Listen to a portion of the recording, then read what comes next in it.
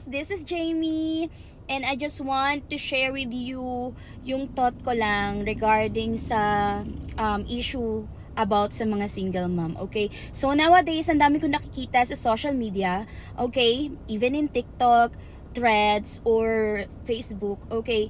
They talking about single mom. Like, masyado nyo kaming binababa. Like, dinadowngrade nyo yung mga single mom. Okay, I just want to clarify na hindi namin ginusto maging single mom. Hindi namin ginusto na ang mapili naming mamahalin ay mga walang bayag, okay, mga walang kwenta, mga haliparot, mga, alam mo na yun, mga cheaters. Okay, so, siguro, wala namang tao or babae na gugustuhin lumaki yung anak nila ng walang tatay. Okay, hindi namin yun ginusto, so you don't have right para i-downgrade ang mga single mom like us. Okay? And also, I'm so proud being a single mom, and I'm so proud sa mga co-single mom natin kasi I know that it's really hard to exit a relationship. Okay, kung gaano pa yan ka-toxic, na kahit napakababaero na ng mga napangasawa natin or partner natin, na kahit napakadami nilang red flags, 'di ba? Madalas pipiliin natin magstay. Kasi yung iba magi-stay kasi alam mo yon, yung parang hindi kasi nila kaya or nasa isip kasi nila na hindi nila kaya na wala yung guy. Kasi provider yung guy, siya yung may work, ayaw niya nang mag-start from the scratch. Yung iba naman is ayaw kasi na lumaki yung anak na broken family. Okay, so marami tayong mga reason bakit tayo nag-i-stay sa isang toxic na relasyon. Okay? Pero I'm so proud that maraming kababaihan ngayon na hindi na nagsisettle for less. Okay? So hindi na sila nagsisettle na magpaka-martyr or tanggapin na lang lahat ng katoksikan ng mga partner nila.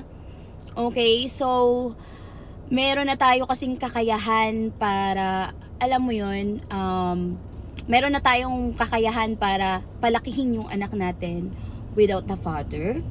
Okay, so alam mo yun, kasi ngayon napakadami ng mga babae na maraming talent na ilalabas na nila.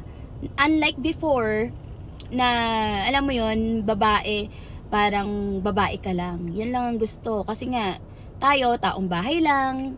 Alam mo yun, taong bahay lang tayo. Sila kasi yung gumagawa ng pera, sa labas. Tayo, ang gawain lang natin is just nasa bahay. Yun lang nasa thinking nila. Nakakala nila napakadali na maging taong bahay. Okay? Ikaw mag-aalaga ng bata, ikaw magluluto, ikaw maglilinis ng bahay. Tapos kapag bagong panganak ka, you will encounter a postpartum depression, like parang wala kang gana sa mundo, nakatulala ka, and iisipin ng mga partner natin, asawa natin na tamad tayo. Just because nawawalan ka na ng gana sa buhay. Alam mo yun, kaya marami ding marriages or magkakarelasyon ng naghihiwalay during or after having a child. Kasi maraming mga lalaki na hindi alam na girls will be emotional. Okay? So, alam mo yon, yung bagong panganak ka, pagdadaanan mo yung ang daming pagbabago. Magbabago yung katawan mo, yung iba sa atin, 'di ba, lumalaki, including me. Parang 3XL ako umabot. Okay?